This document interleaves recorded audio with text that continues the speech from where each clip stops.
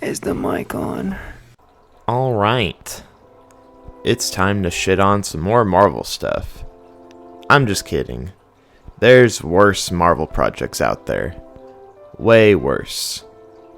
Falcon and Winter Soldier is a show that bounces back and forth between good quality writing and just straight bullshit.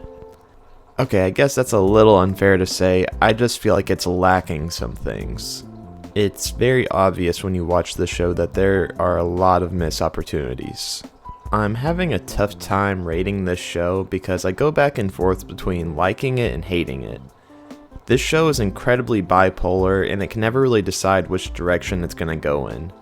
I really don't want to compare this to WandaVision, but it's the only other MCU show out there, and I can't compare this to Daredevil because Daredevil's fucking amazing. It's the best superhero show of all time. I stand by that. WandaVision did miss the landing a little bit with the final episode, but for the most part, I really enjoyed the series, and I felt an urge to watch a new episode each week. The show actually had some mystery to it and ended each episode with a cliffhanger. It did something completely new within the Marvel Universe. Falcon Winter Soldier kinda did that, but not enough to make it stand out. It still feels kinda bland like Civil War. I also felt no urge to watch this show weekly. After the first couple episodes, I was like, I'll wait till I can binge it. I understand now why this was originally going to be released before WandaVision because it feels very weak to watch it after. First off, I'll say that Falcon Winter Soldier has a very strong start. It doesn't throw you into the action right away. Instead, we see Sam Wilson making a difficult choice, which is the choice to take on the mantle of Captain America. I like seeing how much of a struggle this is for Sam because I think for anyone it'd be very difficult to take up the mantle of somebody that's all about doing the right thing. This first episode also handles Bucky very well because we see a side of him that we've never seen before. He struggles with PTSD and continues to right his wrongs, but he finds himself stuck trying to tell a man that he killed his son. To me, this is great character writing. It also felt very important to see Sam visiting his family as just an average civilian and not a celebrity superhero. It's important to see him deal with financial problems and deal with normal everyday life. We don't really see that as much from the other MCU characters. It makes him feel more human and relatable, and he doesn't feel like a character that's just handed everything. That's honestly a problem that I have with the new Spider-Man movies, but I'll get to that some other time. I must say that this first episode, or really the entire show, has a lot more style than the other MCU projects. Because they didn't have to cram a billion action scenes into each episode, they were able to allow a lot more creative freedom. The shots of each scene have a lot more color and personality, and although there were some shots I didn't like, I was happy to see some actual cinematography. This first episode was really impressive to me, but unfortunately, things don't stay that way. The second episode really pushed me away from the show. It wasn't the woke stuff necessarily, it was just the fact that they threw everything good from the first episode out the window. I thought the way that they introduced US Agent was a great start to the episode, but the rest was kinda cringy and bland. As soon as Bucky and Sam meet up, they forced a million annoying jokes into the show. I know that Bucky and Sam have always kind of hated each other, and there's a lot of room there for comedic relief, but they didn't have to do that every 5 seconds. These characters felt way too quippy. There's also a scene where Bucky jumps out of a plane without a parachute and just gets up with no injuries, which makes sense, I guess. This is a Marvel project, things never make sense. I mean, I guess since he's a super soldier, it didn't affect him too much, and we've seen Captain America fall off of buildings, but this one seemed kinda stupid to me. They also try to repeat a lot of jokes from previous Marvel movies, which really goes to show that the writers are running out of ideas. I think a lot of the comedy in the Marvel Universe is finally starting to fail, and that makes me so happy. So, I really hate to bring this next part up, but it would be unfair if I didn't. I'm honestly having a hard time bringing up some of the issues that this show addresses because I want to do that without getting backlash, but with how sensitive people are today, it's kind of hard to do that. I don't have a problem with the issues that they addressed in this show, I just think they were a little in your face about it. Also, being the saltine cracker that I am, it's kind of hard to talk about these things without getting backlash. And I guarantee one day I will get backlash from this. I just find it very hard to believe that absolutely no one would be cool with Sam becoming Captain America. I can see how it would be difficult for everyone to accept a new Captain America, but I feel like most people really wouldn't give a shit. The MCU has become pretty diverse, but Marvel for some reason wants to act like people will have a problem with it. Again, I don't think people really give a shit. Okay, yeah, I get that back in the day they wouldn't let the old dude become Captain America because people were assholes back then. And yes, there's still a lot of assholes in the world today, but I feel like all these woke shows and movies are just trying to break people apart and create more of a divide.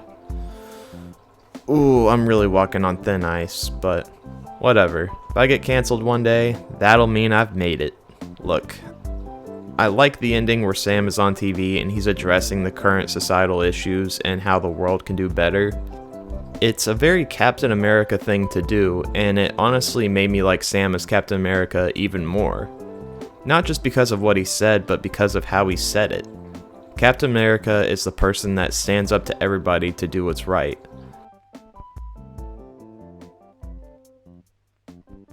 I'm so in the middle about how they handled these parts of the show. I'm sure it won't be long until the Marvel Cinematic Universe is just one giant SJW shit show. Going woke is a very risky thing to do, and it goes to show that Hollywood cares more about agendas and less about an actual story. I get that there's real life problems in the world, and I have my own opinions on them and how we can maybe improve things, but I don't think we need it in our superhero shows or movies. Back in the day, I saw Marvel and DC as an escape from the real world. I miss the days where superhero shows and movies were some of my favorite things to watch, but I'm honestly losing interest because nowadays people are just so focused on their opinions that they just want to cram it into every show or movie instead of just focusing on the story at hand. I still have a lot of love for all the characters that have been written over the years, and I think there's still a lot of potential for great shows and movies to come out, but I just feel like they're not the same anymore, and they never will be the same. I'm on Sam's side throughout the entire show, but at some point you start to realize that the writers care more about their opinions and less about the actual comic book characters. Okay, that's my TED Talk. One day I feel like I'll get a lot of backlash, and that'll be so great to see. People will definitely misinterpret everything I said, and that's fine. If you really want to hear my full opinions, go check out my podcast called The Deafcast. I'll leave a link in the description below. Check that shit out. Another big problem with this show is the villains. I feel like the fuckwads at Marvel thought that they could make 3 villains work in a TV show, but they were completely wrong. It never works in movies, and it doesn't work in this show.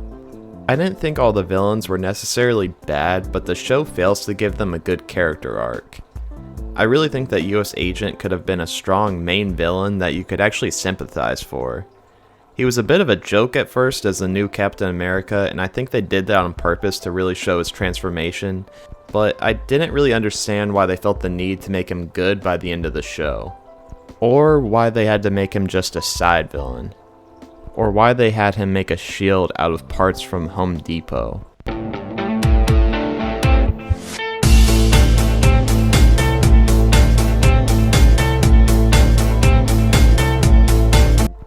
I feel like they could have shown him going too far by killing the whole Flag Smashers group or whatever they're called, and then that could have led to him becoming the main antagonist. I felt that he was taken down way too easily by Sam and Bucky whenever they had to have a 3-way fight. Don't get me wrong, I thought this fight was very entertaining, and I loved how it's very much like the fight at the end of Civil War, but I felt that it could have been saved for the end of the show. I feel like they could have saved a fight for the very end between Sam and US Agent, a fight between 2 Captain Americas. Let's be honest, that'd be kind of fucking cool. But nope. Instead, we get this group of teenagers that do parkour. That's cool. They're not teenagers, but you get what I mean. They look like they're from a CW show. I never really knew what their motive was because they didn't do a good job at explaining it. And no, I wasn't absolutely sauced when I watched this show. I saved that for dumb movies like Mortal Kombat and Kong vs. Godzilla. I knew perfectly well what was going on during this show, but the Flag Smasher's intentions were not very clear. Honestly, I can't even remember that one girl's name because her character was just so boring to me. And that's nothing against the actress. I thought she did a great job. In fact, I think all the actors and actresses did a great job in this show. But from a character writing standpoint, this show doesn't get it right with everybody. I think the character that really didn't belong in this show was Baron Zemo. Look, I didn't even really care for him in Civil War, but at least he had more of a purpose. He's only in this show for like 2 or 3 episodes, and he's mainly there to serve Bucky's story. And I guess you could say it's cool that he wears his little purple mask, but that doesn't really make him a badass. They just wanted him to look comic accurate. I like the scene where Bucky refused to kill Zemo because Bucky's a changed man and everything, but I feel like that was the only impact that Zemo made. I mean, I guess he helped Sam and Bucky go on a mission, but that's about it. I think at this point they're just trying to utilize all the MCU side characters as much as possible. Also, this character is just so weird. He also offers candy to kids in one scene, which seems kinda sus to me. Overall, I feel that this show is kind of a hit or miss. Look, I feel like the writing for Sam Wilson was good. I thought he got a good ending. I like how him and Bucky became friends by the end of the show, and you really felt their chemistry. I feel like if they kept the same quality from the first episode throughout the entire series, the show would have been 10 times better. Some episodes in this show I really enjoyed, but for the most part, I was pretty bored. I enjoyed how they brought back some of the themes from the original Captain America movies, or the fact that they called it Captain America and the Winter Soldier by the end of the show, but it doesn't really make up for all the flaws. I'd say this show averages out at a 5.5 out of 10. Oh, and if I offended anyone, I just want to say, nigga, shut the hell up and eat a cinnamon roll.